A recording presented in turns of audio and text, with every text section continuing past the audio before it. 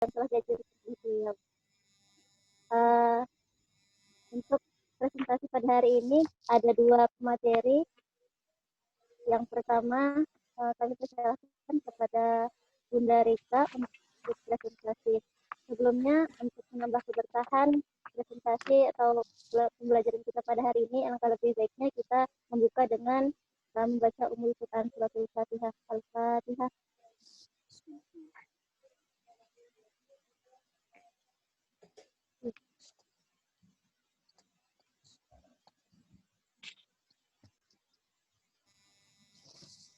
Silakan untuk Bunda Rika yang pertama, terkait publik dan opini publik dalam kegiatan humas pada lembaga pendidikan Islam. Kepada Bunda Rika, Baik, terima kasih. Bismillahirrahmanirrahim. Assalamualaikum warahmatullahi wabarakatuh. Segala puji bagi Allah yang telah memberikan waktu dan kesempatan sehingga bisa berkumpul kembali hari ini untuk tatap muka melalui Zoom pada kuliah Humas. Shalawat dan salam kehadirat junjungan Nabi besar Muhammad SAW yang kita harapkan syafaatnya kelak di kemudian hari. Pak Dokter yang saya hormati dan teman-teman yang saya sayangi, pagi ini saya akan menyampaikan makalah yang berjudul Publik dan Opini Publik dalam Kegiatan Humas pada Lembaga Pendidikan Islam. Yang kita ketahui bersama bahwa saat sekarang ini lembaga pendidikan Islam banyak bermunculan di tengah masyarakat kita karena timbulnya kepercayaan para orang tua siswa bahwa lembaga pendidikan Islam mampu untuk menjawab tantangan yang akan dihadapi oleh anak-anak mereka di masa saat ini. Jadi pendidikan Islam dipilih salah satunya sebagai sarana wadah bagi pendidikan anak-anak milenial begitu. Selanjutnya ya,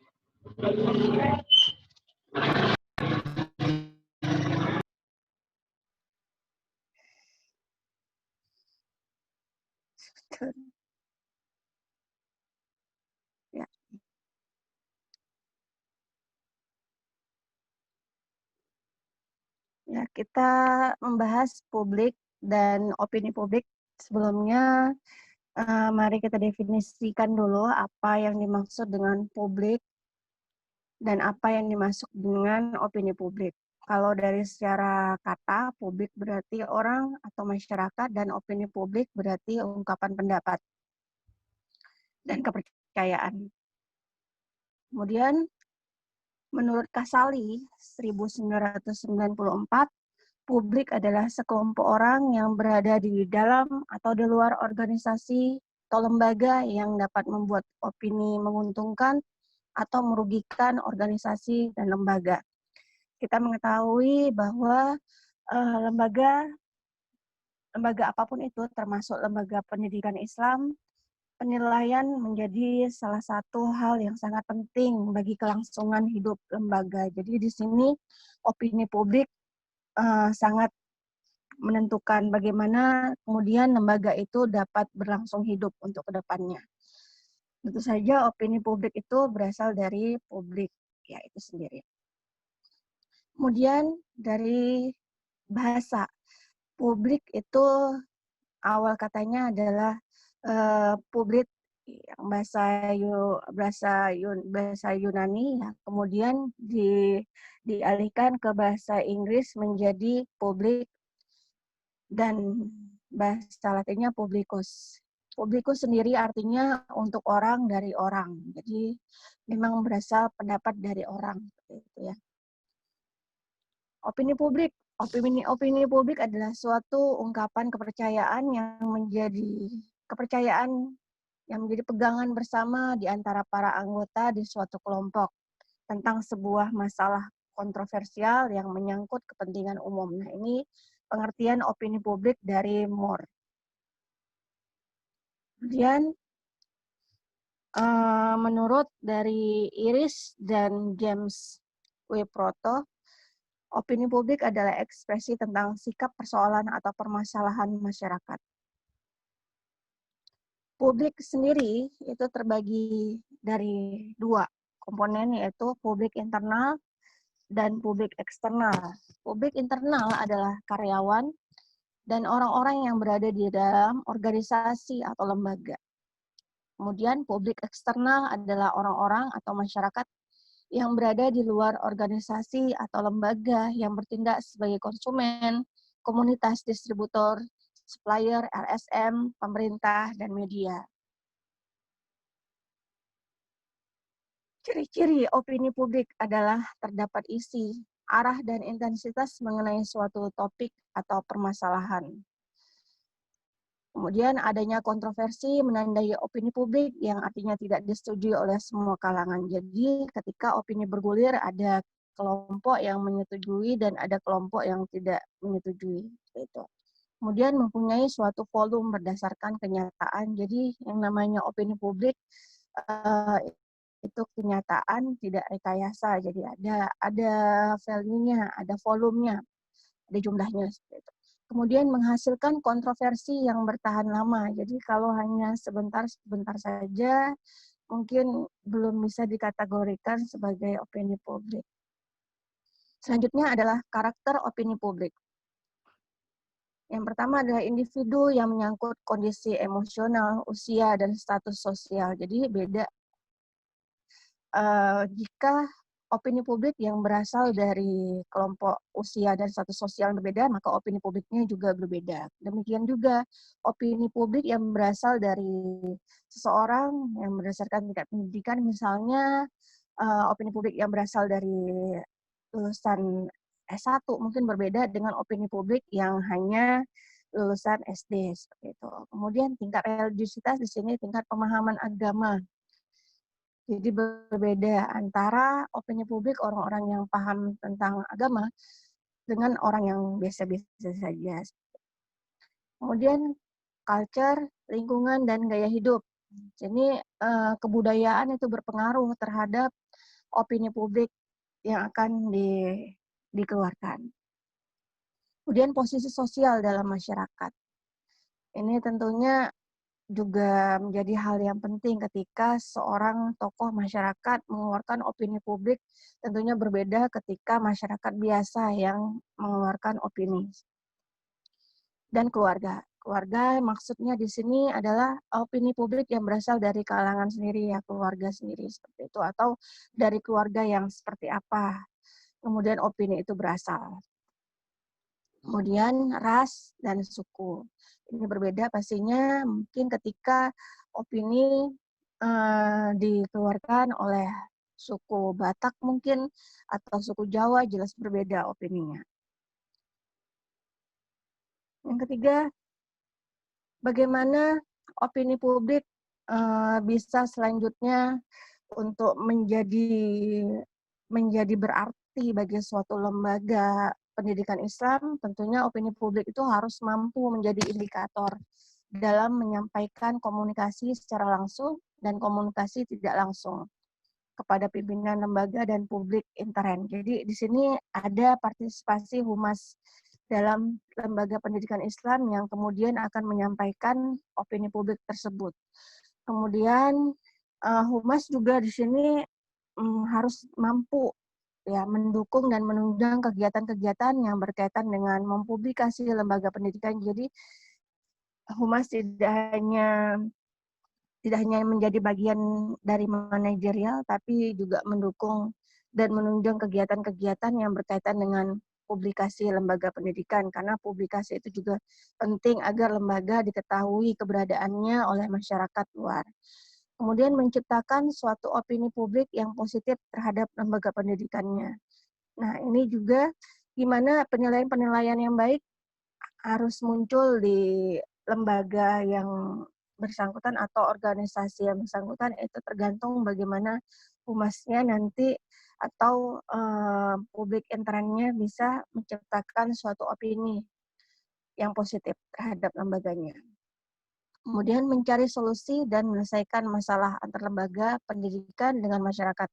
Yang pastinya sebuah lembaga atau organisasi pendidikan Islam seiring dengan berjalannya lembaga itu akan menemukan berbagai kendala-kendala yang muncul terhadap masyarakat dengan lembaganya. Nah, ini peran humas dalam memunculkan opini penting, yaitu mencari solusi menyelesaikan masalah pada lembaganya. Gitu ya. Itu tadi humas pada lembaga pendidikan Islam. Kemudian tujuan kegiatan humas pada lembaga pendidikan Islam adalah mendapatkan good image di hadapan publik. Jadi penilaian baik untuk opini publik, menciptakan opini publik juga yang baik bagi lembaganya. Itu. Kemudian ini ada opini publik. Opini publik terbangun karena adanya identitas dari lembaga, kemudian filosofi lembaga, budaya lembaga, wujud, logo, warna, simbol. Nah, itu semua yang bisa membangun opini publik. Kemudian opini publik juga bisa menyentuh pelanggan, pemerintah, komunitas lokal, lembaga keuangan, pemasok, pembeli, media kelompok, dan karyawan. Jadi semuanya itu terhubung satu sama lain. Apa yang kemudian bisa menampilkan penilaian positif pada lembaga pendidikan. Nah, ada personal branding, yang kemudian memunculkan lagi product branding, corporate branding, dan industrial branding. Nah, jadi semuanya saling berhubungan antara identitas filosofi, kemudian muncul opini publik, kemudian memunculkan personal branding, product branding, corporate branding, dan industrial branding. Seperti itu. Kemudian proses membangun opini. Yang kita tahu opini tidak terjadi begitu saja, jadi ada proses-prosesnya, yaitu faktor penentunya. Yang menjadi faktor penentu dari opini publik adalah latar belakang budaya. Seperti saya jelaskan tadi di depan, bahwa culture itu penting dalam membangun opini publik. Terus pengalaman masa lalu. Jadi ketika seorang mungkin mengalami hal buruk pada masa lalunya terkait suatu lembaga, itu akan sulit hilang. Akan membekas di pikiran, kemudian terbangunlah image yang negatif. Gitu. Demikian juga kalau misalnya pengalamannya baik tentang suatu lembaga, pastinya seorang itu akan menceritakan pengalaman-pengalaman baiknya di lembaga tersebut kepada orang lain. Terus nilai-nilai yang dianut, kemudian berita yang bercabang. Jadi maksudnya di sini berita yang bercabang, jadi beritanya simpang siur gitu, nggak hanya berita yang positif aja, tapi ada juga berita yang negatif, katanya seperti itu.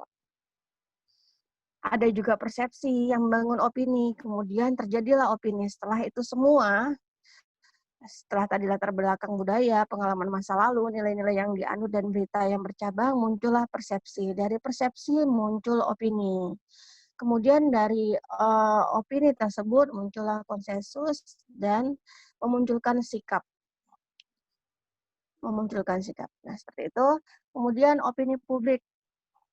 Ini tadi udah. Ya. Sikap sendiri ada sikap afektif, kemudian behavior, dan kognitif. Ya.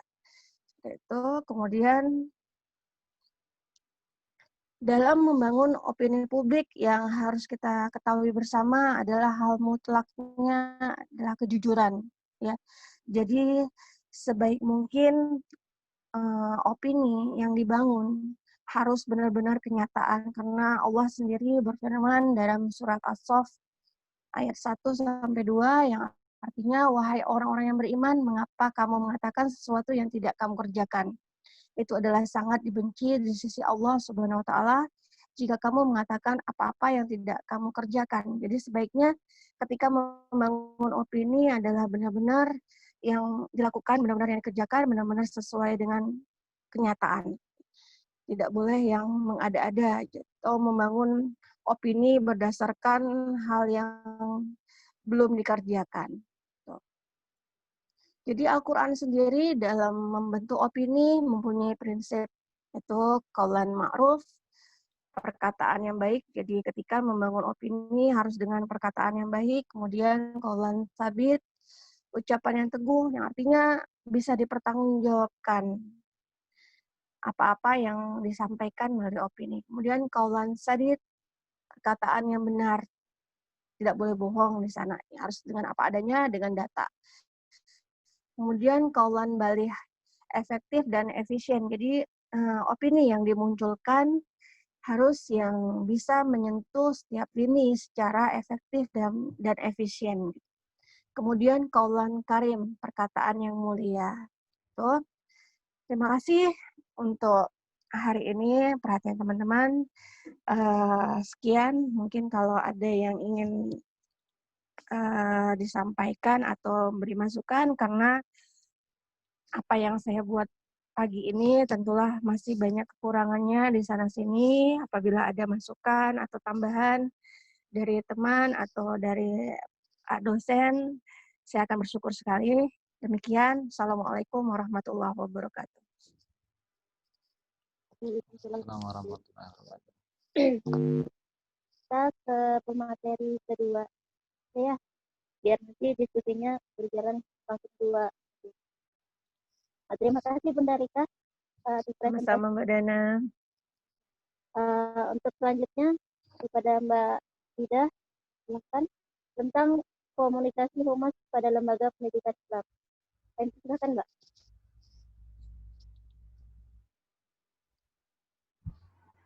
Bismillahirrahmanirrahim. Assalamualaikum warahmatullahi wabarakatuh. Waalaikumsalam warahmatullahi wabarakatuh. Alhamdulillah. Pada kesempatan kali ini saya diamanahi dengan tema komunikasi humas pada lembaga pendidikan Islam. Mohon maaf sebelumnya saya kurang fit, jadi mungkin kurang maksimal untuk menyampaikan, tapi inilah yang bisa saya lakukan dengan seminim mungkin kemampuan saya, karena saya kurang sekali dalam ilmu ini ya. Insya Allah saya belajar sendiri. Komunikasi humas pada lembaga pendidikan Islam itu, kita ambil komunikasinya ya. Komunikasi itu sangat penting bagi diri kita sendiri maupun dalam berorganisasi. Karena komunikasi itu berfungsi sebagai pengontrol lingkungan, beradaptasi dengan lingkungannya di mana kita berada, serta melakukan transformasi sosial ke generasi berikutnya.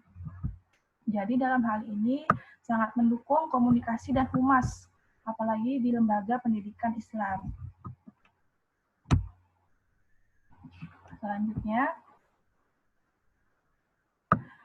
nah sebelum saya membahas yang lain, kita fokus ke komunikasi. Apa sih komunikasi itu? Di sini akan saya jelaskan komunikasi menurut para ahli. Yang pertama, menurut Berlson dan Steiner, komunikasi adalah suatu proses penyampaian informasi, gagasan, emosi, keahlian melalui penggunaan simbol, kata, gambar, dan angka. Lalu komunikasi, menurut James dan Kelly, komunikasi adalah suatu proses melalui nama seseorang, komunikator, penyampaian, stimulus, dengan tujuan mengubah atau membentuk perilaku orang. Itu menurut James dan Kelly. Selanjutnya, menurut Wallstrom, komunikasi merupakan pertukaran pesan secara tertulis dan lisan, melalui percakapan atau bahkan melalui penggambaran yang imajinasi.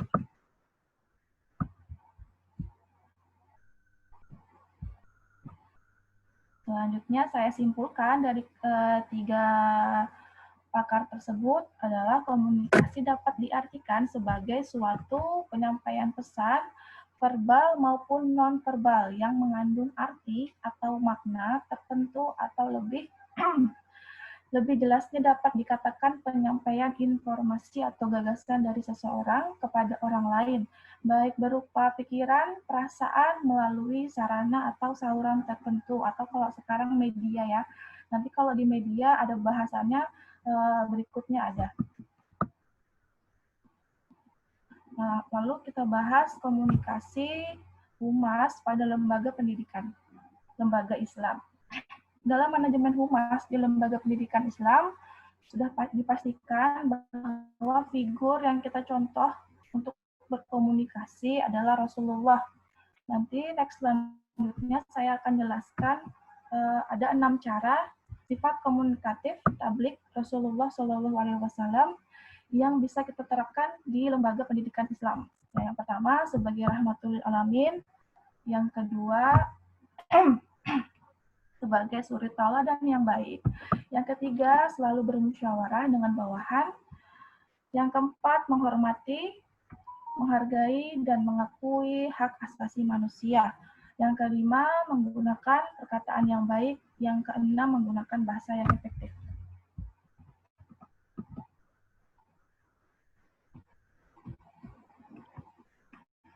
Di sini, yang pertama, saya ingin menjelaskan sedikit.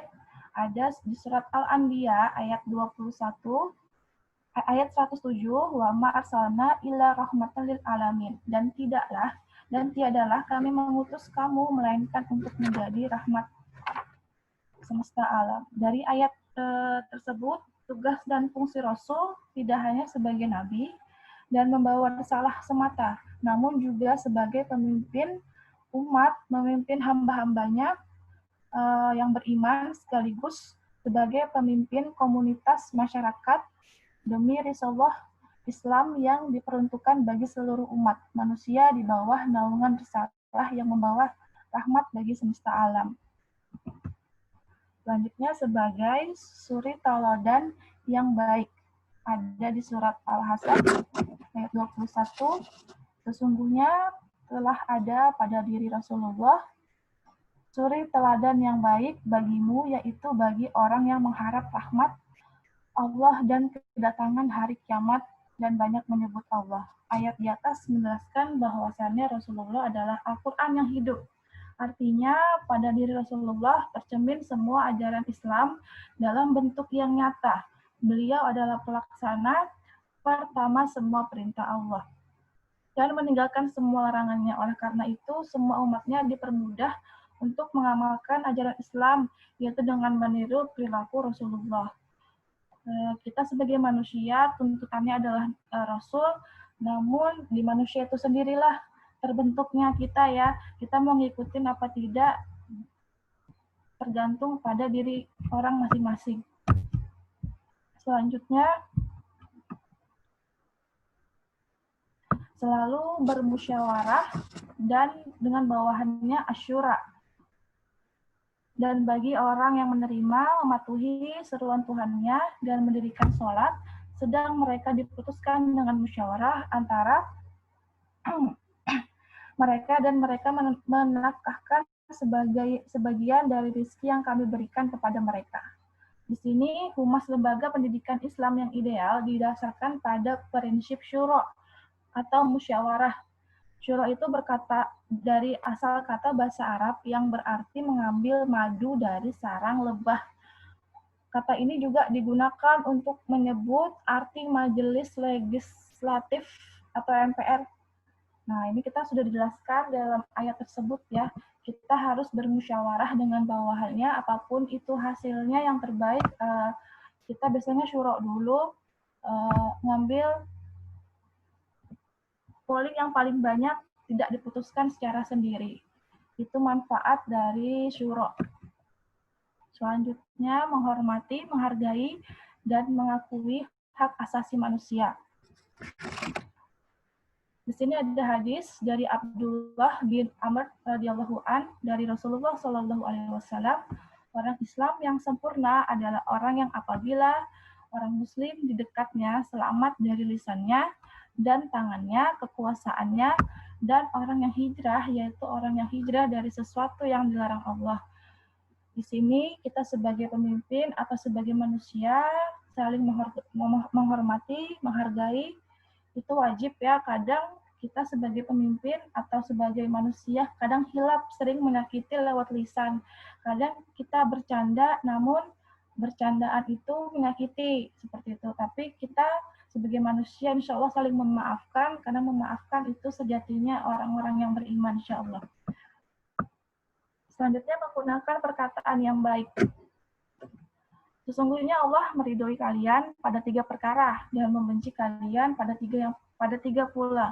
Allah meridhoi kalian bila kalian hanya menyembah Allah semata dan tidak mempersekutukannya serta berpegang teguh pada tali agama Allah seluruhnya dan janganlah kalian berpecah belah. Dan Allah membenci kalian bila kalian suka khila wakala, berkata tanpa berdasar, banyak bertanya yang tidak berfaedah, serta menyia-nyiakan harta.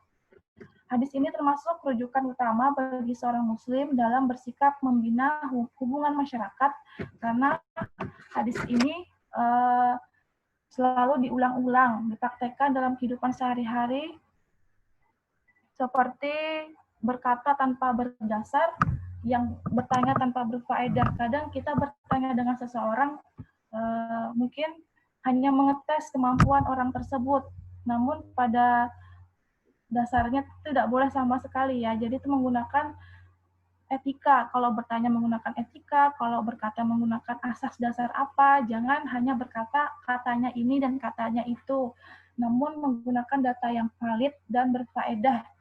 Kalau misalnya tidak tahu maupun tahu, lebih baik diam saja.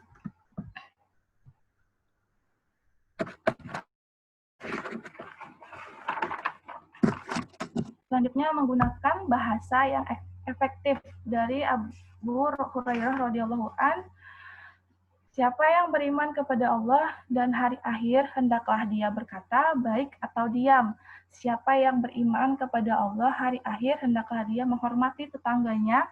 Dan barang siapa yang beriman kepada Allah dan hari akhir, maka hendaklah dia memuliakan tamunya.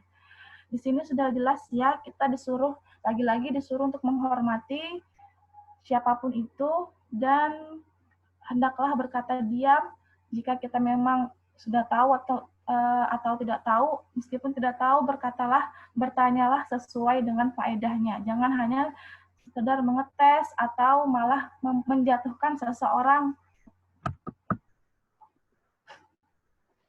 Ini adalah kunci sukses yang diajarkan oleh Rasulullah dalam pengelolaan lembaga pendidikan Islam. Insya Allah di sini teman-teman sudah lebih fasih daripada saya.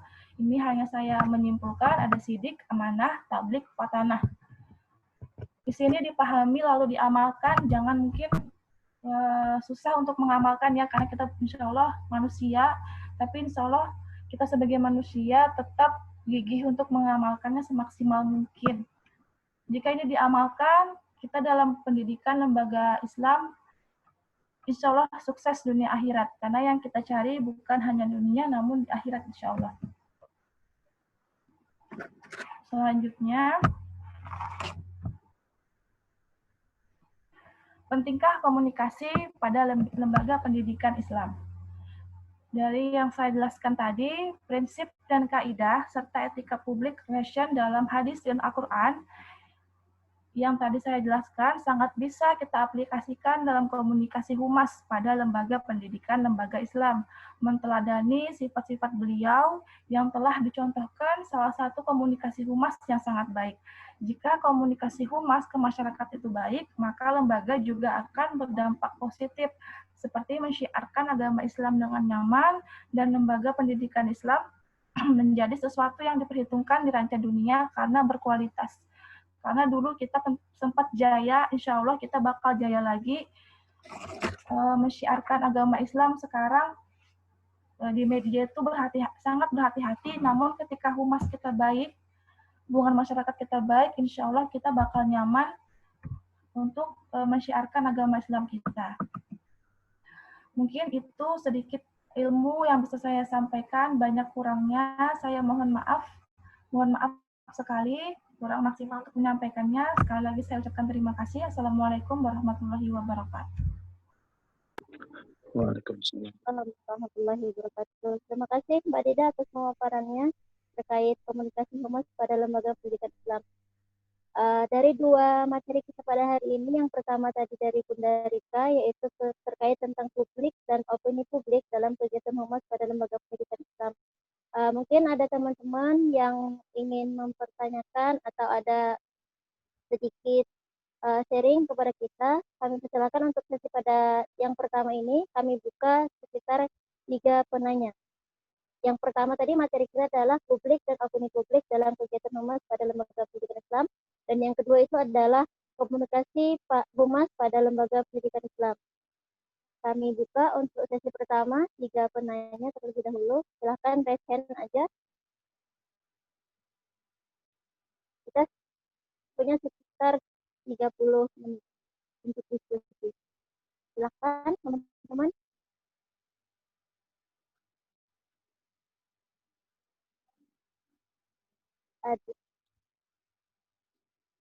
Saya ya Pak Alimuddin. Yang pertama Pak Alimuddin, yang lainnya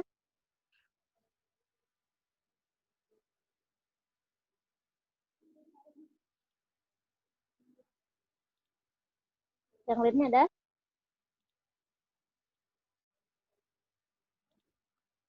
Oke, satu dulu ya kita buka.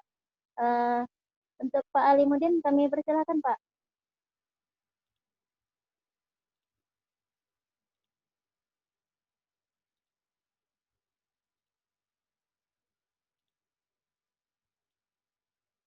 Pak masih unmute Pak? Ya. Bismillah, assalamualaikum warahmatullahi wabarakatuh. Waalaikumsalam warahmatullahi Terima kasih atas kesempatan yang diberikan kepada saya. Ya karena tidak ada yang bertanya maka saya raise hand. Ya. Seru juga kalau ada orang capek-capek buat makalah, orang ada yang tanya-tanya. Ya. Saya kira mungkin sampai sepekan dibuat ini, jadi untuk menghargai karya mereka, saudara kita ini, maka saya kasih pertanyaan.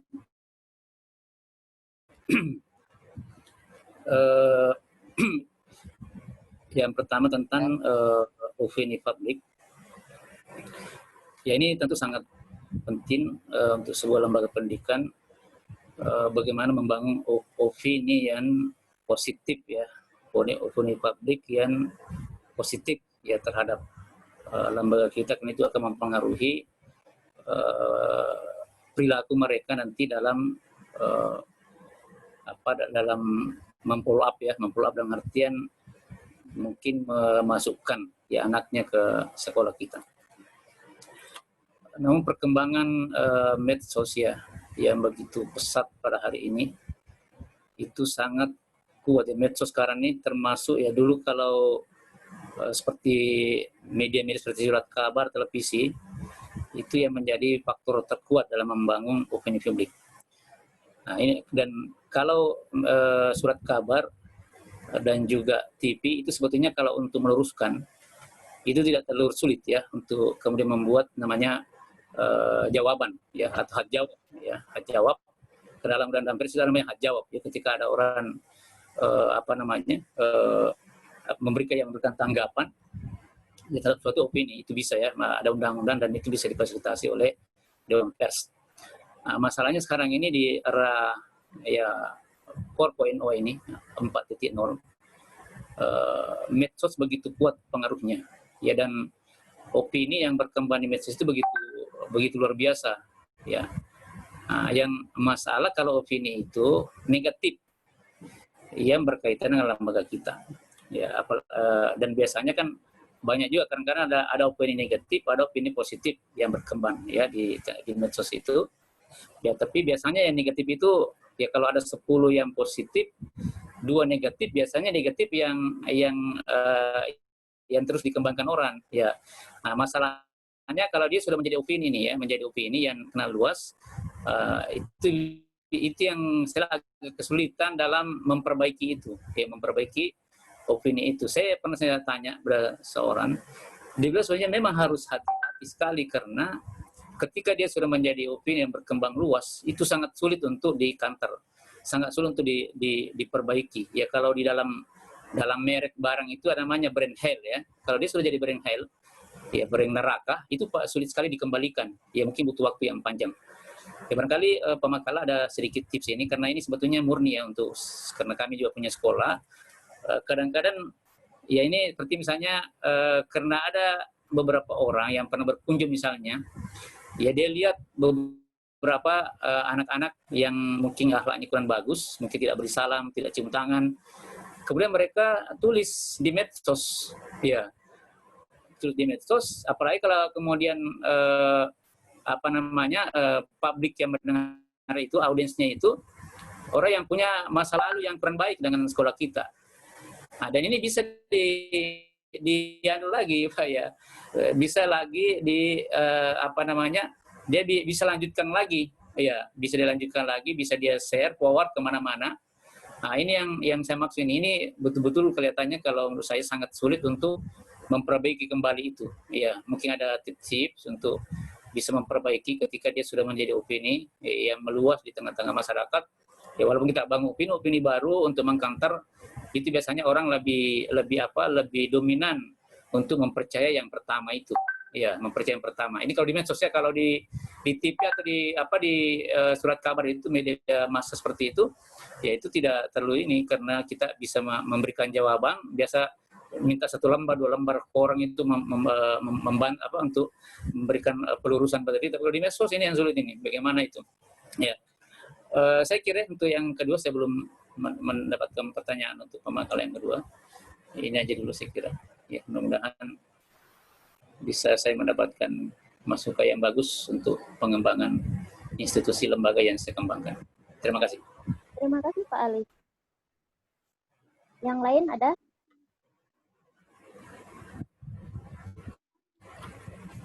Yang lain ada? Kalau ada, silakan Tashen.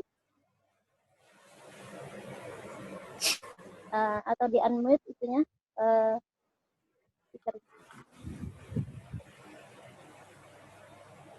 Ada? Oke. Bunda Rika, pertanyaan dari Pak Ali tadi terkait perkembangan medsos ini kan memang sangat berbahaya ya kalau nggak ada filternya sama sekali dari guru atau dari wali murid sendiri. Nah, bagaimana mensiasati opini-opini publik yang ada pada lembaga pendidikan Islam yang lebih kepada atau dominan kepada hal-hal yang negatif tersebut?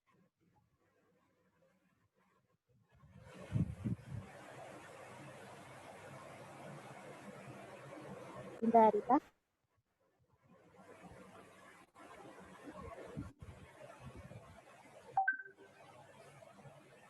Bunda Rika. Ya, halo Mbak Dana, sudah ya? Ya. Kedengaran ya suaranya tadi Ya. hilang. Ya, makasih Pak Ali untuk pertanyaannya. Jadi saya juga akan memberi jawaban sesuai dengan apa yang kami alami di lembaga, khususnya pada saat saya masih aktif di DHBS, gitu ya, SMA IT DHBS. Seperti ini, kalau dulu pada saat masih aktif tersebut, biasanya ketika ada masalah, itu maka sebisa mungkin di-keep, Pak. Jadi sebelum dia masuk ke ranah medsos, itu di-keep baik-baik, jangan sampai ada pihak luar yang mengetahui. Jadi dalam hal ini, yayasan berperan aktif untuk bisa membaik-baikkan atau mengambil hati dari kelompok-kelompok yang terkena imbas dari masalah. Seperti misalnya dulu ada kasus tentang kemudian yang buat heboh juga sampai daratan Sangatta gitu ya. Heboh, akhirnya itu komite itu minta penjelasan kepada yayasan. Komite minta penjelasan kepada yayasan kenapa masalah sebesar ini itu kami tidak mengetahui. Ini kan masalah yang besar menyangkut anak-anak kami juga. Kenapa kami nggak tahu? Kami nggak terima, kami bisa aja nanti menarik semuanya anak-anak Sangatta untuk tidak bersekolah lagi di DHBS. Itu kan ancaman yang mengerikan yang perlu mungkin Bapak Ibu ketahui. Untuk DHBS sendiri itu sebagian besar santrinya berasal dari luar Bontang, ya 70% dari Sangatta itu sendiri. Nah, ketika itu tergulir dari komite, itu ancaman yang mengerikan buat yayasan. Nah, pada saat itu yang dilakukan oleh ketua yayasan adalah mendatangi langsung. Jadi kita undang komitenya, kami undang komitenya, kemudian setelah diundang komitenya, kemudian dijelaskan seperti apanya, dan itu pelakunya sudah diberi sanksi yang sesuai dengan aturan yang berlaku dan sesuai dengan aturan Islam seperti itu. Nah itu.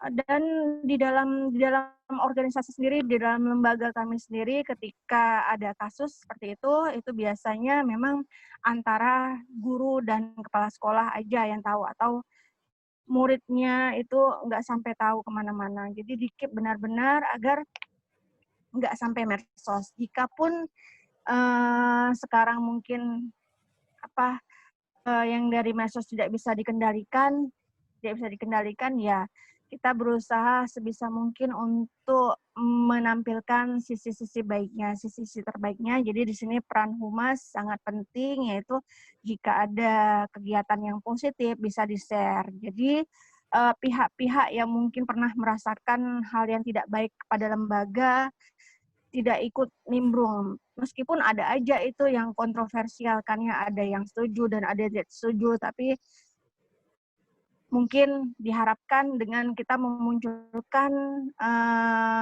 sisi-sisi positif dari lembaga yang tidak baik, yang tidak sesuai, yang tidak menyukai lembaga akan tenggelam dengan sendirinya, begitu Pak Ali. Jadi memang setiap ada masalah diselesaikan baik-baik, diselesaikan di lembaga, tidak sampai berlarut-larut, dan dalam hal ini satu kata yayasan dan guru itu satu kata.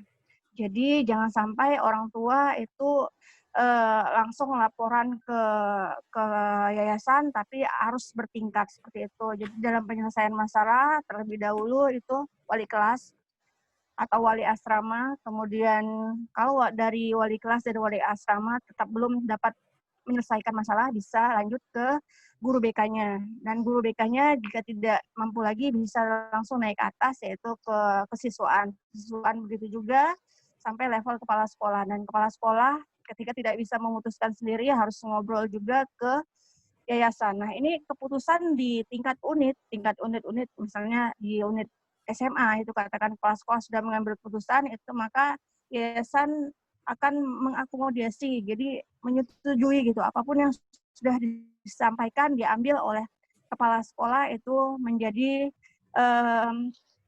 tanggung jawab yayasan juga untuk menyetujuinya. Jadi melindungi guru gitu ya. Jadi tidak ada orang-orang mungkin yang punya pemikiran berbeda terhadap wewenang dari kepala sekolah begitu, Ustadz Alimuddin. Jadi memang yayasan berperan aktif di sini satu kata pada bawahannya, pada unit-unit. Seperti itu Pak Ali, mungkin jawaban saya berdasarkan pengalaman saja. Terima kasih Pak Ali. Ya, syukran, jazakallah. Terima kasih Bunda jawabannya Bunda. Gimana Pak Ali? Ya, jazakallah. Oh. Baik. Untuk pertanyaan selanjutnya silahkan raise hand teman-teman. Bunda, Bapak, ada yang ingin bertanya? Oke, Mbak Haliska. Silakan Mbak.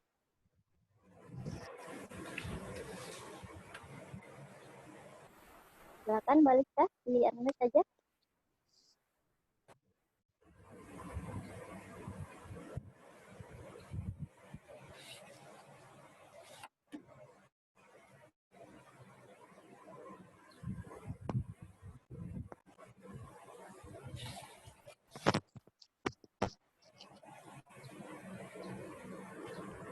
Mbak Haliska? Suaranya terdengar? Ya. Silakan Mbak. Oh iya. Baik, bismillahirrahmanirrahim. Assalamualaikum warahmatullahi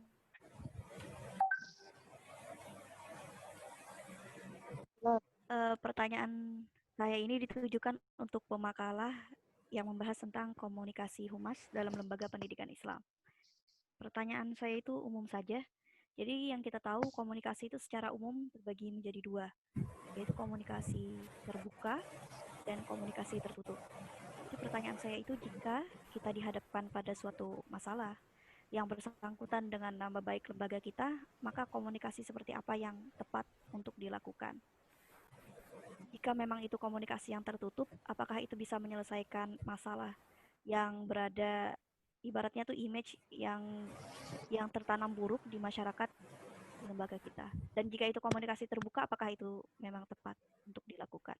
Itu saja. Saya kembalikan ke moderator. Ya, terima kasih Mbak Aliska. Ada satu lagi pertanyaan dari Mbak Hilwa. Mbak Hilwa, silakan di-unmute.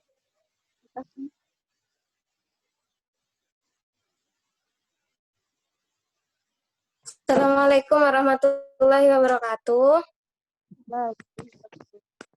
Jadi di sini saya ingin menanyakan kepada pemakalah Mbak Dida. Jadi kan di tiap lembaga itu kan berbagai kepala ya, maksudnya orang-orangnya berbeda-beda, latar belakang lingkungan. Bagaimana memiliki cara berkomunikasi yang baik dan efektif dengan orang yang introvert. Jadi orangnya itu kalau diajar berkomunikasi itu kurang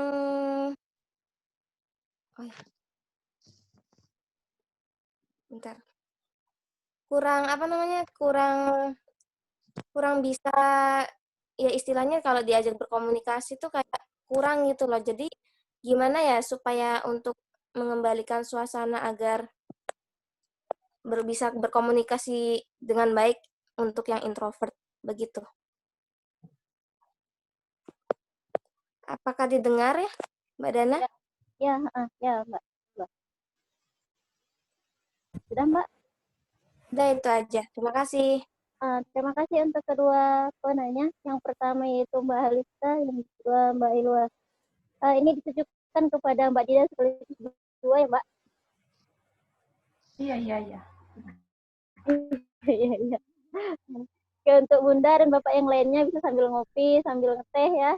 Biar hangat, hujan-hujan kan enaknya yang hangat-hangat ya. Santai, kita santai. Ya, silakan Mbak Dida. Yang pertama tadi komunikasi tertutup sama komunikasi terbuka tuh gimana Mbak? Kalau seandainya dalam komunikasi itu ada hal-hal yang negatif gitu. Gimana cara mengatasinya? Pakai yang tertutup atau yang terbuka? Insya Allah, bismillahirrahmanirrahim, saya menjawab pertanyaannya Mbak Hariska tentang jika ada masalah, bagaimana cara penyelesaiannya, tertutup atau terbuka. Itu semua tergantung dari sebuah masalah ya. Misalnya, saya ambil contoh masalah tentang tenaga kependidikan, ada guru.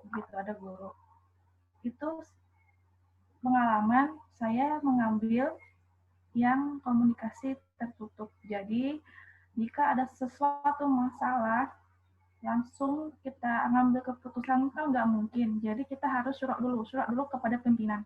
Supaya apa yang nanti dijelaskan kepada guru dan karyawan itu sudah menjadi, bukan baru digodok.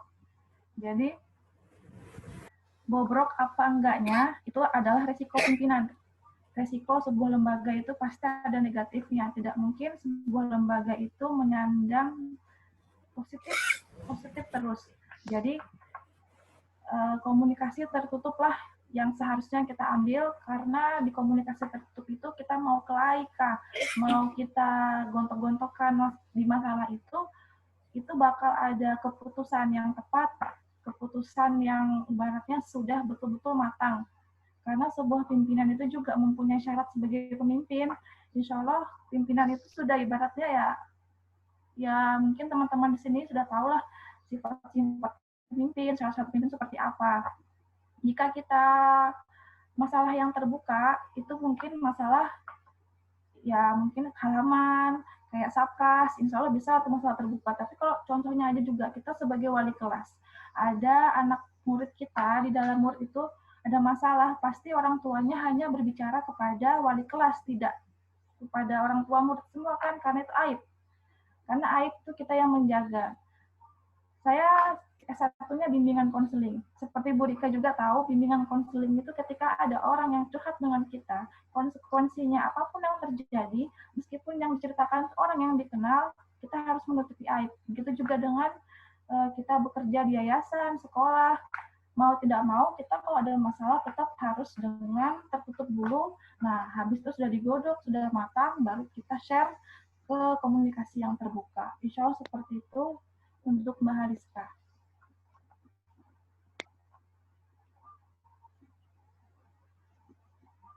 Gimana Mbak Hariska?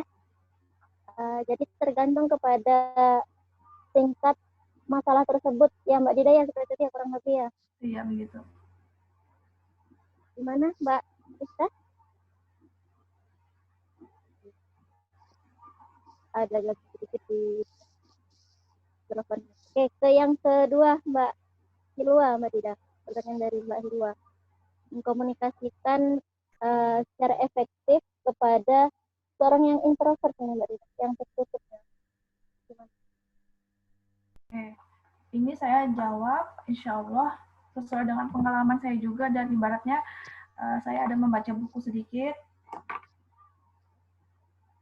Kadang kita sering bertemu dengan orang yang pemalu, pendendam, yang sulit diajak bicara. Memang pasti kita selalu bertemu dengan orang seperti itu. Nah, kita bagaimana sih caranya mengambil hati, mengambil suasana supaya kita bisa nyaman berbicara dengan orang yang kita tuju. Kalau saya pribadi suka mencari hobinya tuh apa sih? Kita cari hobinya dia apa. Misalnya dia hobi kulineran. Yuk kita makan. Ini secara faktanya aja ya. Ntar kalau udah makan, ntar dia udah cair suasananya, kita ambil. Mau nggak mau di diri kita ini sebagai kepala atau sebagai atasannya kita harus mengalah. Karena atasan itu kan kita harus bisa berbaur dengan siapapun. Atau mungkin kita sebagai temannya kita harus menahan egois kita, ini kenapa sih orang nggak bisa diajak ngomong, ini kenapa sih orang kok malu banget aku ngomong, kok jawabannya cuma iya, enggak. Nah, kita harus tahu di mana letak kesukaannya dia apa, letak kalau dia tuh ngomongin apa, misalnya kalau laki-laki ya, soalnya kalau misalnya kita cuek, dia cuek gitu. Tapi kalau misalnya kita tahu, oh dia sukanya main sepak bola, kita bawa dulu bahasan ke situ, nanti kita giring apa yang mau kita bahas. Mungkin sedikit tipsnya seperti itu ya. Kalau misalnya untuk guru, menjadi orang yang tidak bisa berbicara, sepertinya tidak mungkin ya, karena dia berbicara dengan murid bagaimana? Masa dia diam? Kan tidak mungkin. Itu mungkin hanya pekerja kantoran, tapi kalau misalnya guru yang sulit diajak bicara seperti itu, sepertinya saya belum menemui, karena guru itu harus pintar berkomunikasi, apalagi sekarang lewat media ya, akan-akan kita ngomong sama benda mati, padahal itu ada jawabannya. Terus juga wajah kita harus bikin menarik anak, itu mungkin nggak masuk ya kalau di guru ya. Gimana anak-anak bisa memahami apa yang dikasih materi yang diberikan oleh guru kalau dia pemalu. Tapi kalau seperti pekerja kantoran atau apa, yang penting dia bukan menjadi pelayan publik. Dia tidak bisa menjadi humas ketika dia yang sifat-sifatnya seperti itu. Tapi tadi ada sedikit tips, mungkin seperti itu Mbak Hilwa. Ya, izin menambahkan mungkin boleh? Oh iya Bu, oke siap. Oke. Untuk teman-teman juga yang lain, nanti kalau misalnya ada yang ingin ditambahkan, silahkan. Kami persilahkan. Iya, saya tertarik tadi dengan pertanyaannya Hilwa. Bagaimana supaya kita bisa berkomunikasi dengan orang yang introvert? Ya, sekarang saya coba jawab dari sisi psikologis. Jadi berdasarkan pengalaman sebagai psikolog, orang yang introvert itu pada dasarnya dia tidak ingin menceritakan banyak hal tentang dirinya gitu kepada orang lain, itu introvert ya, tapi dia suka untuk mendengarkan. Dimana juga orang introvert itu suka mendengarkan, jadi ketika berbicara dengan seorang yang introvert, dia harus tahu kalau dia adalah orang yang introvert begitu. Jadi harus tahu diri dulu. Kemudian baru setelah sama-sama tahu bahwa lawan bicara kita adalah orang yang introvert, kita harus sering banyak berbicara. Jadi sering berbicara, kita ceritakan aja apa yang mengenai diri kita begitu. Mengenai apapun itu boleh diceritakan. Jadi itu untuk membuka pembicaraan, kemudian sering-sering bertanya. Karena kalau orang yang introvert tidak sering ditanya, dia nggak akan pernah berkata gitu. Dia akan diam aja. Jadi sering-sering bertanya, kemudian setelah sering-sering bertanya, karena orang yang introvert itu suka mendengarkan kembali. Kita harus mendengarkan dia. Ketika dia mengatakan sesuatu, kita harus menyimak pembicaraannya 100%. Kita nggak boleh mengalihkan pembicaraan kepada hal lain. Jadi harus disimak betul-betul supaya dia tidak tersinggung. Kemudian jangan pernah mengejek, yang nggak boleh ketika dia mungkin mengatakan hal yang kita anggap kok gini ya cara ngomongnya gitu. Kita nggak boleh ngomong, ngomongmu kok begitu gitu. Kita nggak boleh menegur secara langsung seperti itu. Jadi dengarkan aja dulu, hargai dulu seperti itu. Jadi orang yang introvert pada intinya hanya tidak mau masalah pribadinya atau tentang dirinya diketahui oleh orang lain. Tapi dia suka mendengarkan orang lain gitu. Terima kasih. Makasih banyak Bu Rika, makasih banyak Mbak di Bun, tambahannya Ya. Bun.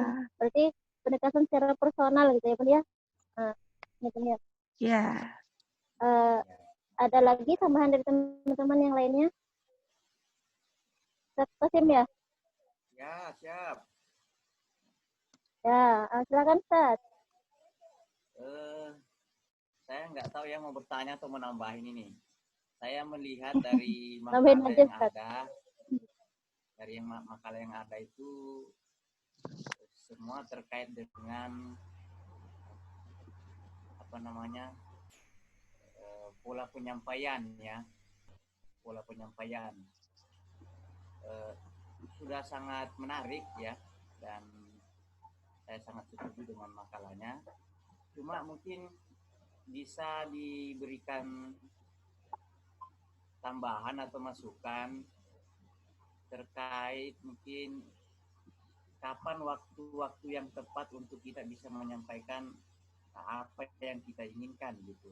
Dalam berkomunikasi itu kan kita yang saya pahami kita juga harus bisa pandai-pandai seperti yang dibilang Bu Rika tadi ya, pandai-pandai bisa membaca kondisi orang gitu ya.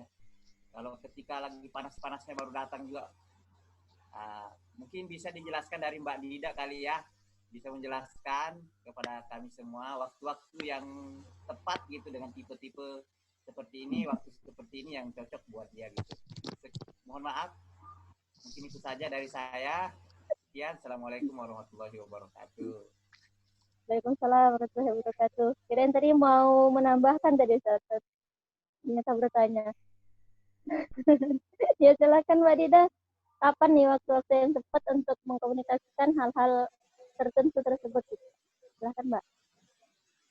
Pak Kosim ini coba menambahkan sekalinya bertanya. Kalau saya menjawab kapan waktu yang tepat untuk kita menyampaikan sebuah apa ya, mungkin sebuah rencana, sebuah informasi. Ya tadi ada saya sebutkan di makalah saya syuro ya. Kita berkumpul. Kadang begini ya Pak, ya, suatu pemimpin itu kadang nyuruh nggak tahu tempat gitu. Misalnya kita nyuruh operator kita lagi ngerjain tentang dapodik. Pak tolong dong itu printkan saya gini-gini. Itu kan ibaratnya langsung komunikasi yang ini orang ngapain sih nyuruh-nyuruh aku, kayaknya aku dapat double job gitu ya. Seharusnya ketika kita menyuruh, kita lihat sikonnya dulu, kita lihat orangnya dulu bagaimana, dia baperan kah, dia apa. Jadi jika kita memberikan suatu informasi atau mau menyuruh seseorang, kita lihat situasi dan kondisi. Kapan itu yang tahu kita sendiri lah. Mungkin insya Allah Pak Kosim kan sudah ibaratnya lebih senior gitu sebagai pemimpin. Ibaratnya pekerjaan di lembaga ibaratnya sudah tercover secara cantik, secara baik. Jadi mungkin rapat dulu Kak. Tapi kalau misalnya perintah yang kecil-kecil dilihat dulu mungkin si karyawan atau si guru sedang apa. Jangan pada saat dia lagi ada pekerjaan lain, kita suruh. Itu juga hasilnya nanti tidak sempurna. Nggak semena-mena seperti itu. Tapi insya Allah Pak Kosim adil ya, insya Allah adil. Adil, bijaksana, berwibawa, pokoknya insya Allah. Amin. Seperti pelajaran hari ini, komunikasi efektif. Bisa efektif dan efisien. Mungkin syuro insya Allah Ustaz. Ya. Oke Ustaz. Ya, menarik. Saya sepakat ya. Saya sebenarnya kenapa mau menyampaikan itu karena saya pernah dengar cerita pada satu ketika itu kan ada ulama ya yang lewat di dia melewati seorang peminum ya, banyak kerumunan peminum gitu. Kemudian dia hanya melewati saja begitu ya. Terus muridnya bertanya loh, bukannya ada hadisnya Pak Kiai, kalau itu melihat kemungkaran harus dicegah. Ternyata ulamanya itu tahu waktu yang tepat untuk menyampaikan yang benar katanya. Nah itu yang saya mau ini kan, karena saya lihat di makalahnya Mbak Dida belum ada terkait masalah waktu menyampaikan yang tepat untuk berkomunikasi. Nah, tapi ini sudah bagus jawabannya Mbak Dida. Saya acung jempol 2, kasih nilai 100. Sekian, Assalamualaikum warahmatullahi wabarakatuh. Waalaikumsalam Waalaikumsalam warahmatullahi wabarakatuh. dan kasih Ustaz. Untuk Bunda Rika, Mbak Dida, terima kasih materinya pada hari ini menambah ilmu kita lagi terkait tentang humas ini, bagaimana kita mengkomunikasikan kepada halayak ramai atau publik itu ya Bunda ya, sama Mbak Dida. Terima kasih materinya, dan teman-teman yang menyimak juga terima kasih. Kita tutup dengan mengucapkan hamdalah bersama-sama. Alhamdulillahirrahmanirrahim. Kami serahkan kepada Bapak dosen Pak Dr. Ahmad Muadin untuk memberikan tambahannya. Terima kasih.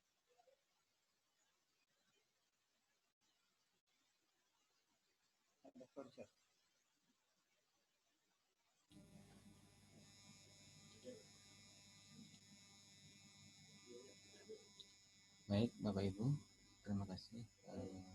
Menarik diskusi kita pada pagi hari ini. Kita bicara soal bagaimana opini dan bagaimana membentuk opini, mengolah opini sampai kepada bagaimana menyelesaikan opini publik. Berkaitan dengan bagaimana kemudian menciptakan opini, mengolah opini, membangun opini, itu berkaitan dengan pola komunikasi kita dalam sebuah lembaga pendidikan, terutama lembaga pendidikan Islam.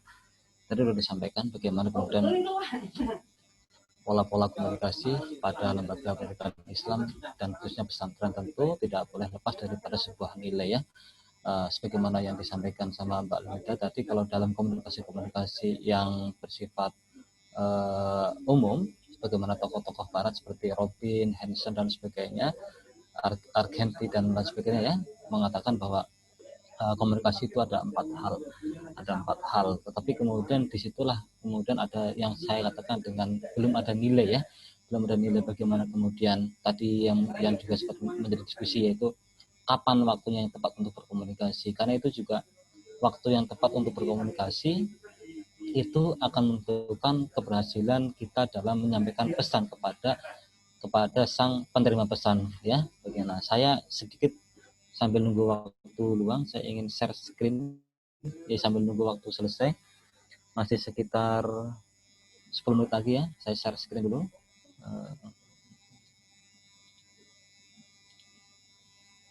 Ya.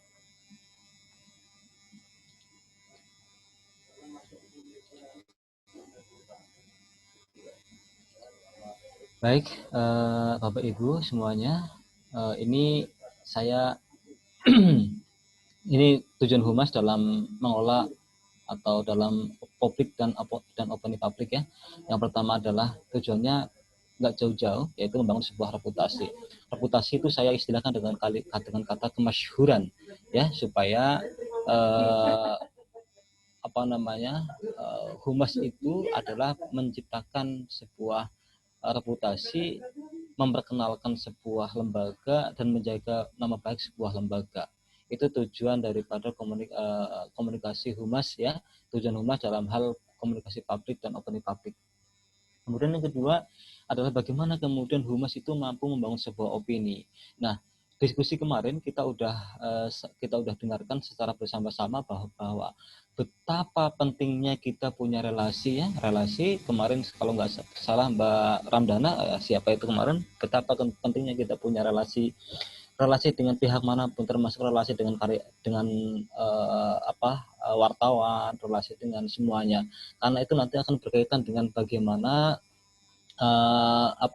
mengkeep sebuah opini yang kemudian negatif. Nah di era digital ini, opini itu sangat mudah sekali dibentuk ya Bapak Ibu ya. Tadi Bu Rika udah menjelaskan soal bagaimana kemudian opini publik itu dibentuk. Kemudian tujuan humas yang ketiga dalam membangun opini publik yaitu membangun budaya, citra, dan suasana. Kemudian membangun sebuah relasi. Ini relasi dengan siapa saja ya, relasi dengan kekuasaan, relasi dengan politik, relasi dengan birokrasi, relasi dengan masyarakat, relasi dengan siapa saja, termasuk di dalamnya adalah wartawan. Karena apa? Karena penting wartawan itu sebagai ujung tombak membangun opini ya Bapak Ibu.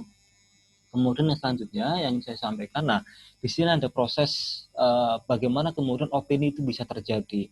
Nah, opini itu bisa terjadi menurut Robin itu dibagi menjadi tiga tahapan. Yang pertama adalah the stage of brainstorming.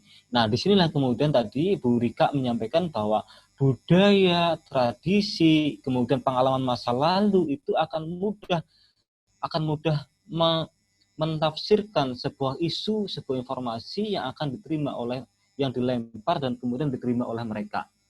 Jadi disinilah tahap pertama inilah kemudian sang komunikator itu melempar sebuah isu, ya isu tentu saja siapa yang akan disasar itu tergantung pada perencanaannya. Siapa yang disasar, kemudian budaya seperti apa yang akan disasar, kemudian apakah kemudian semua yang akan disasar, tentu saja tidak boleh sporadis ya dalam melempar isu ya. Kita harus punya perencanaan yang matang supaya tepat sasaran. Nah, dipertimbangkan juga bahwa pengalaman masa lalu orang itu akan sangat pengalaman masa lalu seorang itu akan sangat membantu mengkonstruksi terhadap informasi yang dia peroleh.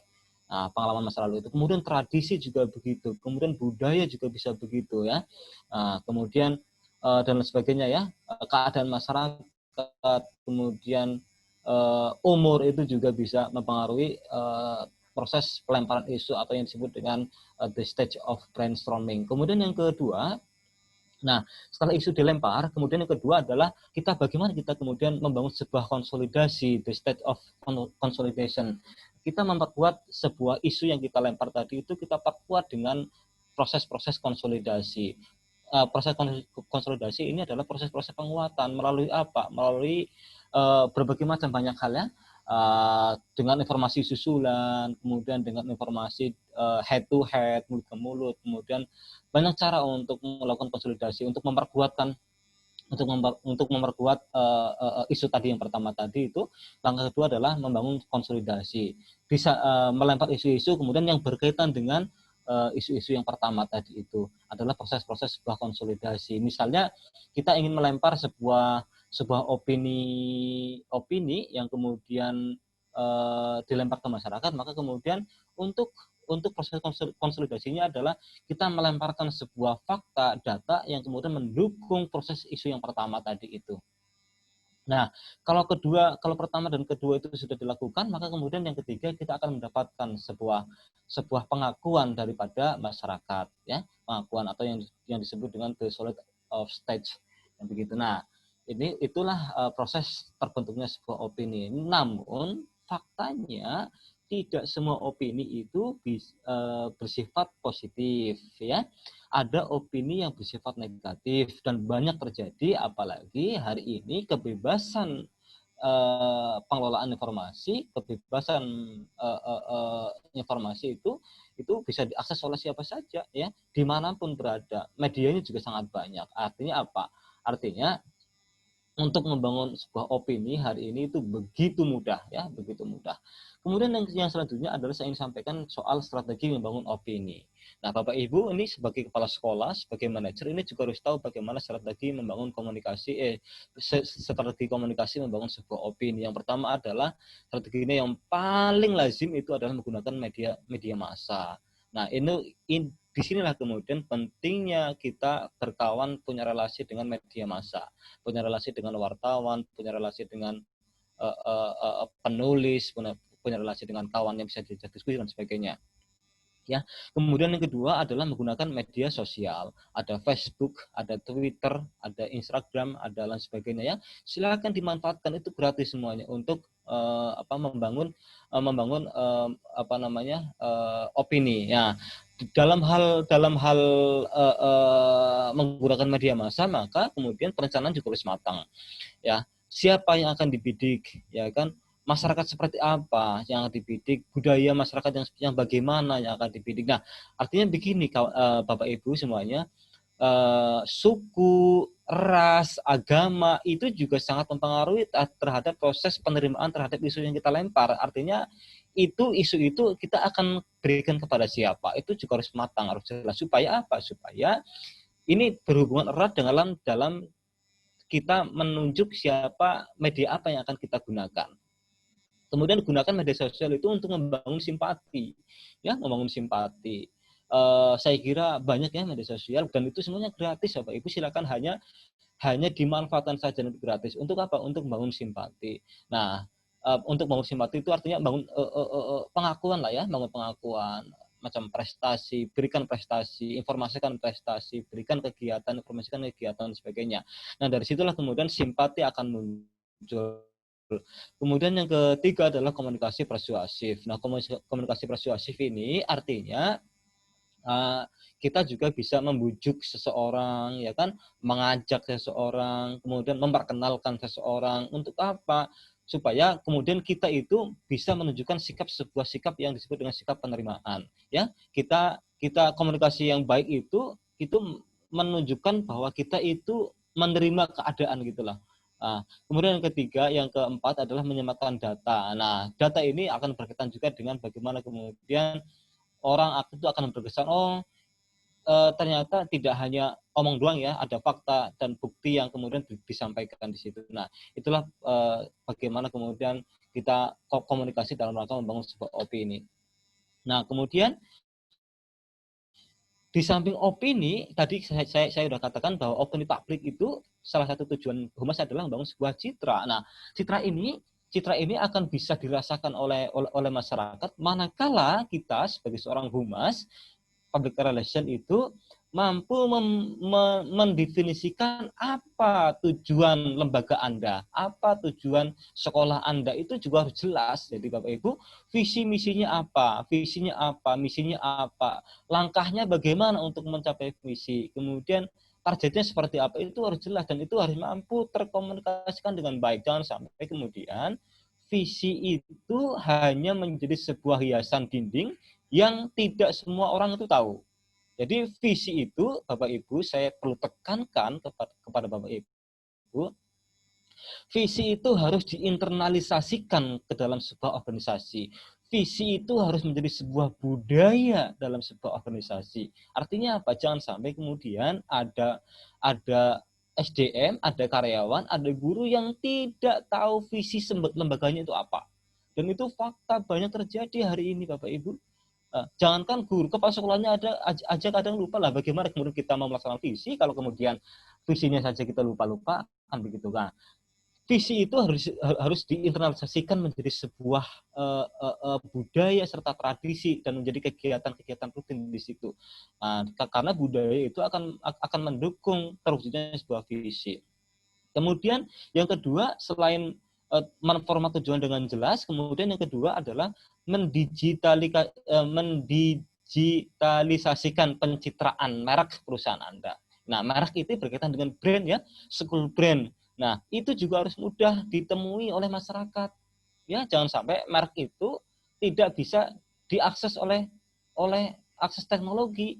Nah, merek Anda itu Anda sampaikan kepada masyarakat melalui apa? Melalui fungsi-fungsi teknologi. Ya, di situ ya banyak hal ya. Kemudian artinya apa? Merek Anda itu harus mudah dijangkau, harus tidak asing di telinga masyarakat. Jangan sampai kemudian merek Anda itu asing, terdengar asing. Ya, artinya harus menjadi sebuah kalimat yang harus sering didengar. Nah, supaya sering didengar, sering disampaikan ke publik melalui apa? Melalui teknologi dan digital. Kemudian integrasikan sosial media ke dalam strategi Anda. Ya, kemudian orang itu kalau ingin tahu sekolah Anda itu tidak harus datang ke sekolah Anda, ya. Orang itu kalau kepengen tahu kepala sekolahnya siapa tidak harus bertemu langsung dengan kepala sekolah, ya. Itu pentingnya itu. Jadi bisa melihat di internet, saya ingin mencari sekolahnya Pak Lekaseng misalnya, pesantrennya misalnya gitu. Saya tidak perlu datang ke Bontang kok. Saya hanya tinggal mencari akses googling sekolahnya apa, dan kepala sekolahnya siapa. Itu harus muncul Bapak Ibu ya. Kalau kita ingin baik itu pengelolaannya itu harus muncul. Jangan sampai kemudian dicari nama sekolahnya aja nggak muncul, apalagi kita mau cari visinya, apalagi kita mau cari programnya, ya kan begitu. Itu kan yang kita alami hari ini itu begitu, ya. Kita masih puas dengan keadaan seperti itu. Kemudian kita harus tentukan juga merek dagang kita. Jangan sampai kita berdagang tapi kita nggak punya merek, ya. Kita tidak punya komunitas, siapa yang akan beli merek kita? Target pasar kita itu siapa? Nah, itu juga harus jelas. Kemudian yang selanjutnya adalah prosesnya jelas dan terkontrol. Misalnya kita dagang soal tahfidz Quran, ya. Kita nawarkan merek kita adalah sekolah tahfidz misalnya. Itu ada jelas, ada proses yang jelas dan terkontrol di situ. Hari ini akan belajar ayat apa, ya kan? Kemudian hafalnya sampai di mana, kan begitu. Nah, selama 3 tahun nanti selesai surat apa aja, ya kan?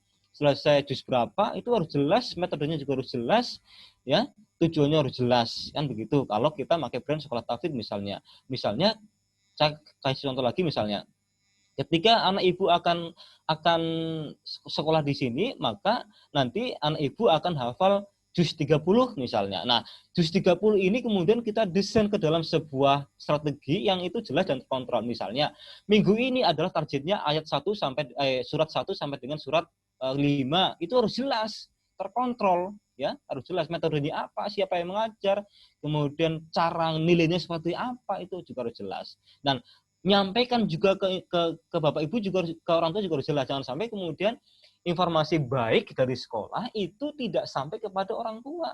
Nah, itulah perlunya kemudian komunikasi baik antara sekolah dan orang tua. Misalnya gini, setiap satu sore misalnya dilaporkan keadaan siswa kepada orang tua. Misalnya apa? Hari ini tanggal sekian sampai tanggal sekian, hari Senin sampai dengan hari Sabtu ini anak ibu sudah bisa ini dan bisa ini. Di situ juga tulis sekalian, silakan untuk membuktikannya, misalnya silakan nanti bahasanya seperti apa, untuk membuktikannya silakan Bapak Ibu di tes di rumah gitu misalnya. Nah, itu yang tidak kita lakukan juga, itu juga dalam rangka apa? Dalam rangka membangun sebuah kepuasan pelanggan. Ini berkaitan dengan total quality management kalau nanti dibahas sama dosennya, ya. Nah, informasi-informasi seperti itu informasi bersifat persuasif. Kita menghargai, kita menghormati tamu, ya. Kita menghormati pelanggan, kita menghargai pelanggan. Kita tahu, kita sampaikan semua progresnya, perkembangannya seperti apa. Ya, kita sampaikan kepada mereka supaya mereka juga merasa memiliki, ya, karena tugas pembelajaran itu tidak hanya tugas sekolah tetapi juga tugas orang tua di rumah gitu. Kemudian yang selanjutnya adalah bangun sebuah komunitas, ya. Komunitas untuk apa? Komunitas itu kalau dalam bahasa Jawanya itu getok tular, ya, head to head, mulut ke mulut menyampaikan. Jadi Anda harus punya komunitas, misalnya komunitasnya dari segi komite, ya. Fungsikan komunitas itu untuk promosi, ya. Promosi, mereka akan saling diskusi, saling menyampaikan informasi-informasi satu sama lain, dan mereka juga akan bagaimana kemudian kita bebankan kepada mereka bahwa mereka itu punya tanggung jawab penuh terhadap eksistensi keberlangsungan lembaga yang kita pimpin. Berikan kepada mereka tanggung jawab itu, ya kan begitu, ya. Ini fungsi kepemimpinan kepala sekolah. Berikan mereka tanggung jawab itu sehingga mereka itu merasa memiliki sebuah tanggung jawab yang harus disampaikan kepada masyarakat tentang keberadaan lembaga yang Anda pimpin. Kemudian yang selanjutnya adalah membangun kemampuan kepemimpinan merek perusahaan. Ya, membangun kemampuan untuk kepemimpinan merek perusahaan. Jadi ini membangun merek itu juga diperlukan sebuah kepemimpinan. Bagaimana kemudian proses kepemimpinan terjadi. Kemudian yang terakhir adalah konsistensi. Kalau dalam bahasa Islamnya itu nilai-nilai itu dawam Bapak Ibu, yang sering kita lupa di sini. Dawamnya itu loh yang kita sering tidak kuat dengan yang kita lakukan itu. Untuk konsisten itu susah. Ya, untuk konsisten, karena semuanya itu yang terakhir ini akan sangat menentukan. Dawam, ya, dawam, konsisten terhadap apa yang kita perbuat, ya. Itu yang harus kita lakukan Bapak Ibu, konsistensi terhadap sesuatu yang kita lakukan. Karena kata beberapa kol-kol ulama, konsisten itu 80% atau 90% daripada sebuah keberhasilan tujuan. Nah, selanjutnya ini soal strategi komunikasi, waktunya hampir habis waktunya, ya. Ini soal strategi komunikasi, ya, komunikasi lembaga. Di situ ada 4 poin, ada pesan sendiri, ada konstituen, ada constituency response, kemudian ada organization. Kemudian kita harus paham ya, kita harus tahu juga medianya apa yang akan kita gunakan untuk berkomunikasi, kemudian bagaimana kemudian organisasi menyusun sebuah pesan, bagaimana kemudian organisasi menyampaikan sebuah pesan, kemudian konstituennya kita juga harus tahu siapa konstituen kita, ya kan, dari budaya apa aja, ya, dari kultur apa aja, kemudian tentu saja antara budaya dan kultur itu punya tradisi yang berbeda ya. Saya kalau makan itu makan gorengan misalnya gitu, minyaknya itu biasanya kita usapkan ke kaki misalnya gitu. Nah, karena ada nilai di situ, ada nilai di situ. Nilainya apa? Menurut mitosnya orang Jawa, kalau diusapkan ke kaki, khususnya di kampung saya misalnya, itu nanti kita akan mendapatkan mertua yang tidak pelit ke kita, gitu misalnya kan begitu. Nah, tentu saja itu akan berbeda persepsinya ketika disampaikan di kultur yang misalnya Makassar misalnya, itu berbeda. Maka kemudian disitulah kemudian bagaimana kemudian proses pemimpin itu menyeleksi, menyusun sebuah komunikasi yang akan disampaikan kepada masyarakat. Nah, jangan sampai kemudian dipukul sporadis begitu, samakan aja, nanti akan ada persepsi banyak yang muncul itu ya, Bapak Ibu, itu juga harus diperhatikan. Nah, kemudian bagaimana kemudian konstituen itu berperilaku terhadap organisasi? Apakah dia berperilaku cenderung partisipatif atau cenderung acuh? Nah, bagaimana kemudian kita mampu membuat konsumen yang bukan konsumen ya, konstituen yang kemudian berperilaku yang cenderung partisipatif? Bagaimana kemudian kita bisa lakukan itu? Jangan sampai kemudian ada konstituen yang kemudian berperilaku ya acuh atau tidak mau ikut tahulah soal anak lembaga sekolahnya anak seperti apa. Nah, itulah gunanya kita itu sering-sering diskusi dengan komite itu. Supaya apa? Supaya mereka itu juga punya tanggung jawab terhadap keberlangsungan lembaga, kan begitu. Kemudian yang terakhir adalah bagaimana perilaku tentang suatu topik atau masalah. Nah, ketika ada masalah, bagaimana kemudian bentuk-bentuk pengakuan daripada masyarakat, bentuk-bentuk pengakuan daripada komite, seperti apa bantuan mereka, seperti apa partisipasi mereka dalam menyelesaikan masalah tadi itu, ya. Kemudian yang ketiga adalah konstituensi respon. Ini adalah respon daripada konstituen. Apakah respon dari masing-masing konstituen sesuai dengan harapan organisasi, ya. Kadang-kadang yang kita lamar isu kemudian responnya ternyata tidak sesuai yang kita harapkan misalnya gitu. Itulah pentingnya komunitas. Komunitas itu akan memperkuat ya, akan memperkuat isu yang kita lempar keluar. Apakah organisasi akan memperbaiki pesan sehubungan dengan respon yang kurang baik daripada konstituennya? Tentu saja ketika ada respon yang tidak baik, ada respon yang kurang baik dari konstituen, tentu saja ini harus menjadi sebuah evaluasi daripada lembaga. Jangan-jangan kita salah isunya, ya kan begitu. Jangan-jangan isu yang kita lempar itu keliru, nggak tepat, ya kita lemparnya, kan begitu. Kemudian yang terakhir adalah organization. Apa yang organisasi inginkan dari masing-masing konstituennya? Kita ingin apa dari mereka, kan begitu. Apa aja sumber daya yang tersedia? Kemudian yang terakhir adalah apa bagaimana kemudian reputasi organisasi. Nah, ini soal komunikasi humas sebagai marketing education ya. Jadi saya ingin katakan bahwa jarang lembaga pendidikan yang punya unit marketing ya, hampir tidak ada menurut saya, hampir tidak ada tapi jarang sekali, mungkin 100 mungkin paling ada 3 atau 2 mungkin yang punya unit pemasaran sendiri. Kebanyakan unit pemasar itu masuk ke dalam humas ya, karena humas, salah satu fungsi humas adalah marketing education. Jadi kalau kita mau meneliti manajemen pemasaran, kemudian unitnya tidak ada, salah satu jalannya adalah kita menggunakan alat yang disebut dengan humas sebagai ambil salah satu fungsinya, yaitu fungsi marketing education. Nah, di sini ada banyak hal yang bisa kita lakukan. Ini semuanya sangat menentukan ya. Ada strategi marketing kita, kemudian ada corporate communication-nya, kemudian ada public relation-nya, ada branding-nya. Nah, ingat-ingat ya, branding ya, kita harus punya branding. Kemudian ada digital strategi ya. Bahwa ingat, ini adalah zaman teknologi. Jadi apapun itu harus kita integrasikan ke dalam sebuah teknologi ya. Jadi kita bisa menikmati sajian apapun itu dari kamar, dari rumah, dari manapun gitu. Jangan sampai kemudian kita udah hidup di era yang modern tapi pikiran kita masih klasikal, masih konvensional dan sebagainya. Itu segera dihilangkan itu pemikiran-pemikiran yang sifatnya konvensional itu sudah segera dihilangkan karena akan kalah dengan yang ini akan kalah dengan teknologi seperti ini yang ini. Kemudian kita harus punya website, kemudian ada advertising dan media. Jangan-jangan kita juga tidak punya media ya, karena kemudian ada sales dan bisnis kolateral, kemudian ada event. Jangan-jangan kita juga tidak pernah melakukan event ya. Bagaimana kita mau dikenal kalau kita tidak melakukan event ya, begitu kan? Ada event-event pameran misalnya. Kita sejauh mana kita perhatian kita terhadap event-event pameran kan begitu. Kita ikut enggak kan begitu.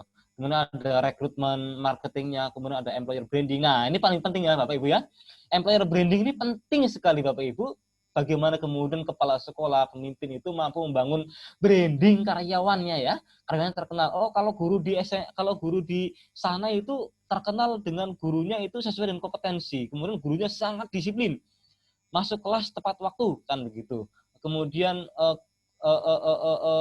rapih, kemudian mudah diajak diskusi dan solutif misalnya gitu kan, tidak terlambat gitu misalnya. Itu branding karyawan. Bagaimana kita membangun sebuah branding itu tadi itu, karena itu branding itu akan sebuah tradisi, sebuah budaya itu akan ikut membantu mewujudkan sebuah visi. Kemudian yang terakhir adalah market research.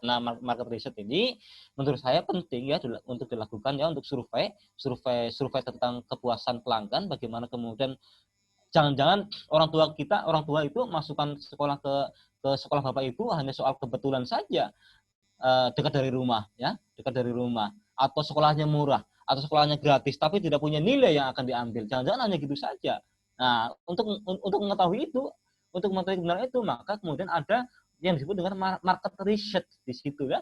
Market research kemudian kita gunakan dengan istilah strategi ghost shopping atau ghost shopper ya. Kita kirimkan para pembeli siluman ya untuk mengetahui tentang kepuasan mereka terhadap sekolah yang kita pimpin. Itu kalau Bapak Ibu ingin serius mengelola lembaga. Jangan sampai kemudian kita merasa enjoy saja terhadap peradaan lembaga kita tanpa kita melakukan market research ya.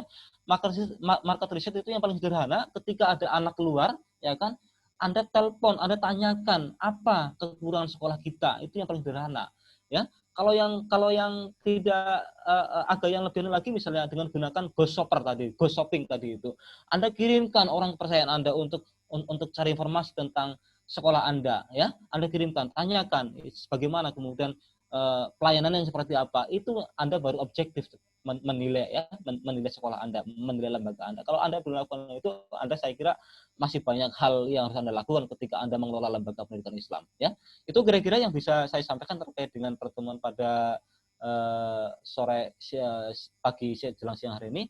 Mudah-mudahan bermanfaat. Sekali lagi nanti kapan-kapan ini saya masih koordinasi dengan beberapa teman ya. Nanti sesekali saya akan undang dosen tamu untuk orang yang betul-betul kompetensi di bidang kehumasan, khususnya dalam pendidikan Islam, untuk bareng-bareng berinteraksi dengan kita sebagai dosen tamu.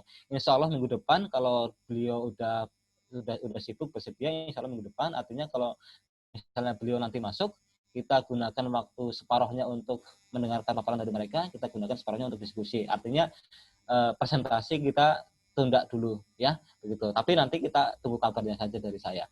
Kira-kira begitu. Hadzanallahu wa iyyakum ajmain. Kita akhiri pertemuan pada pagi hari ini dengan sama-sama baca hamdalah. Alhamdulillahirrahmanirrahim. Mana tahu karena ini waktunya sangat mepet sekali, mana tahu ada pertanyaan yang mengganjal yang tidak sempat disampaikan. Bapak Ibu boleh WA ya, boleh telepon, boleh kita ngobrol segala macamnya. Karena waktunya memang sangat mepet sekali ya.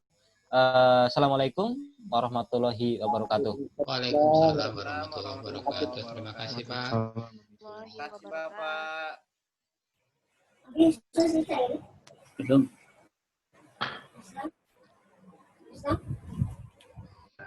Jam berapa lagi?